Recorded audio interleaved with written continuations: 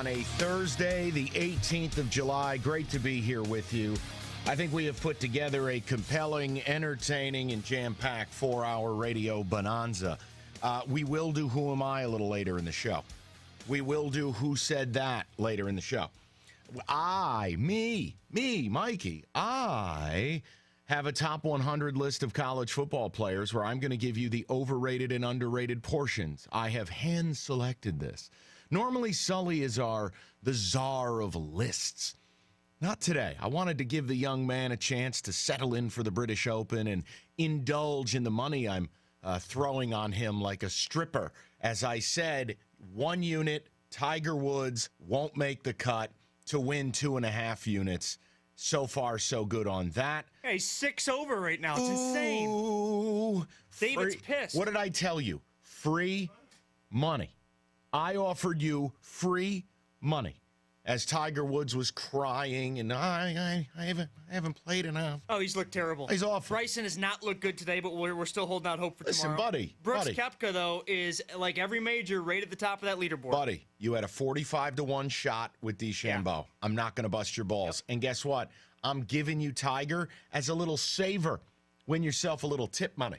Now, listen, I want to jump right in. I know Doug and Scott did not do this story. A little late breaking for them. Then no big deal. We're right here for you. I want to jump in on this because it's one of these classic cases in life where if you lean one way, you're going to feel something, like politically. If you're left, you're going to react to a story one way. If you're right, you're going to react the other, right? The same thing with fandom. If you are a Michigan fan, I know what you're going to say here. And if you're not a Michigan fan, I know what you're going to say. What I'm trying to figure out is when you put aside whatever partisan bias you have, what is the real answer? Now, for instance, I know what's going to happen, but I'm still going to do this because I'm a glutton for punishment. But Jim Harbaugh, we have some audio for you. Now, he was on with a Bay Area reporter who you'll probably remember the name from when he left the 49ers. Tim Kawakami was a major figure out there, and I'm pretty sure he got it. Didn't he get it wrong? I forget what it was, but he got killed in the media. I'm not a Tim Kawakami reader. I just remember the name. The point is, Jim Harbaugh's podcast is sponsored by The Athletic. Well, so is Tim Kawakami's. Now, the Harbaugh appearance was sponsored. I want to make sure I get this right. Is that how that worked? I never heard it was actually sponsored. Who cares? Who knows? He just went on because he's a Kawakami fan. It doesn't matter to me. Kawakami had asked a question about how Harbaugh's teams had never beaten Urban Meyer. That's the question, right? So what we have is the response to not beating Urban Meyer. Take a listen to this, and then the fun will begin. This is Harbaugh on some podcast I'll never listen to with Tim Kawakami.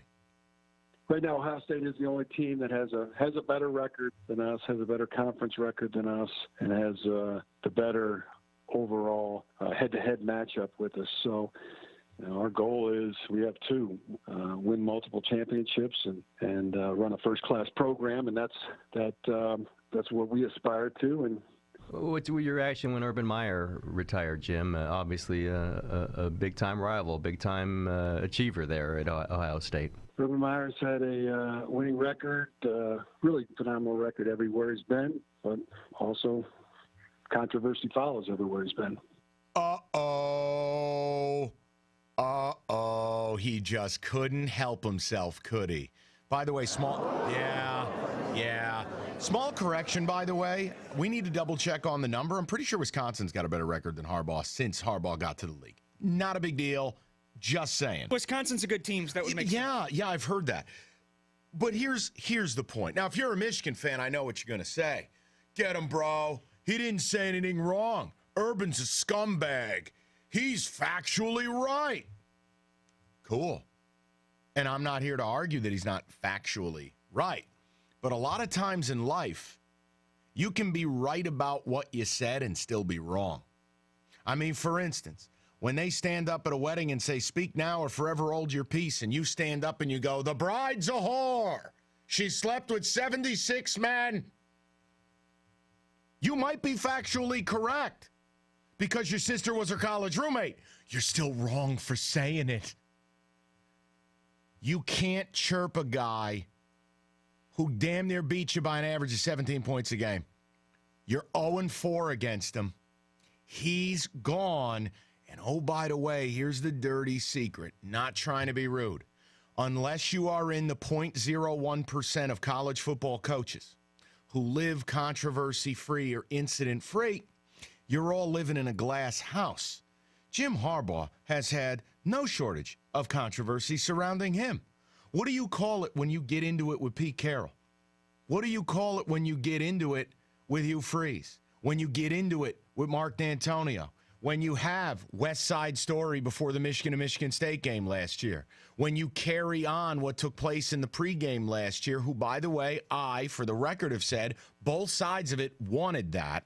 But Harbaugh's been reprimanded for tirades. Harbaugh's been reprimanded for his sideline demeanor. Harbaugh himself has had several players with domestic violence charges. Here's the deal.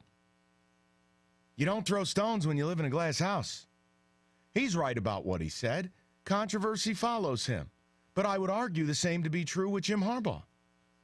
I would argue very simply, you can be factually correct about something, but it doesn't mean it's right to say it. For me, as a Michigan fan, do I want Harbaugh chirping a guy who was 4-0 against him? No, I don't. But this is the thing with Harbaugh. This is why he can't stay anywhere for very long. This is why nobody likes him. He has no self-control mechanism. None. He can't help himself. It's who he is. It's who he's always been. Jim Kelly questions his toughness. Harbaugh punches him in the face. Harbaugh gets into it with his coach on the sideline with Ditka. Harbaugh bleep talks the other team in the big game. This is who he is. It's what he is. The backslap with Schwartz. What's your deal, man, with Pete Carroll? Blasting D'Antonio. Blasting Hugh Freeze. This is what he is. He can't help himself. So my question to you is this.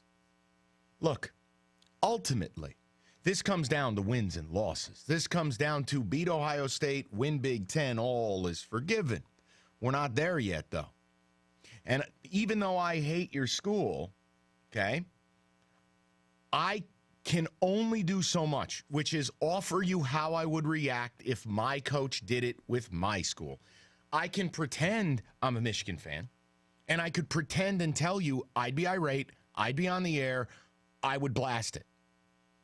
I mean, I would have gone, look, if this broke during my show, I would have immediately gone on the air and hammered this as a Michigan fan, because here's the deal. I don't want any more talk. I just want walk. I don't want any more jumping into pools. I don't want any more tweeting. I don't want any more papal visits. I don't want any of this crap. I'm tired of being embarrassed by Ohio State. And I got to be honest, I'm tired of having these late season swoons. I'm tired of getting popped in the bowl game. I'm tired of not being at St. Elmo's the night before the Big Ten title game. I'm tired of it. That's me as a fan. I can't be anybody else. That's me. You know, if this show was on in Lansing right now, I'd be doing this, and I'd also be getting after D'Antonio for his comments at Big Ten Media Day. Because I don't want to hear no more talk out of him. And guess what, Mark? You played an injured quarterback. You played Brian Lewerke. You put a kid in there who couldn't play, shouldn't play, left it to the player. You did that. But see, we're not doing that today because not enough people care. I just think Harbaugh, this is who he is. It's who he's always been. But remember something. That doesn't make it right. Everybody's got a drunk uncle, right? Everybody's got their crazy cousin. And you always say, that's just Bobby. Yeah, Bobby's Bobby. Oh, you got in another fight. Oh, Bobby got picked up by the cops. Oh, Bobby got a Dewey. Oh, Bobby got a divorce. Oh, Bobby's late on his child support. No, that ain't Bobby being Bobby. Bobby's a bleep hole. So I don't really care how much money you make. You are what you are. I know what comes out of his ass when he sits on the toilet. It's the same as all of us. Ain't nobody sitting down and pooping Chanel. Harbaugh is what he is. I mean, dude just ain't right. And if I'm a Michigan fan, I'm just enough. The guy was 4-0 against you.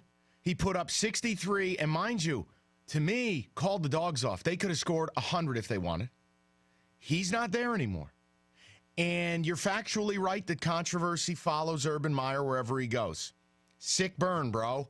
Why don't we look at you when the San Francisco 49ers were leading the league in arrests and you were running a jailhouse your first 3 years there? They had 11, 12 guys arrested. They were leading the league damn near. How about yours? How about your off-field stuff? I'm just making a point. We all live in a glass house unless we are just in that 0.01% where somehow you are the second coming of Christ and you are somehow perfect. If I'm a Michigan fan, I don't need any more of this. And I'm not yelling and screaming about it. Don't need to. And this stuff, to me, it really comes down to, hey, you're a Michigan fan. You're going to say, well, he's not wrong. Here's the problem. You're having a different argument than I am.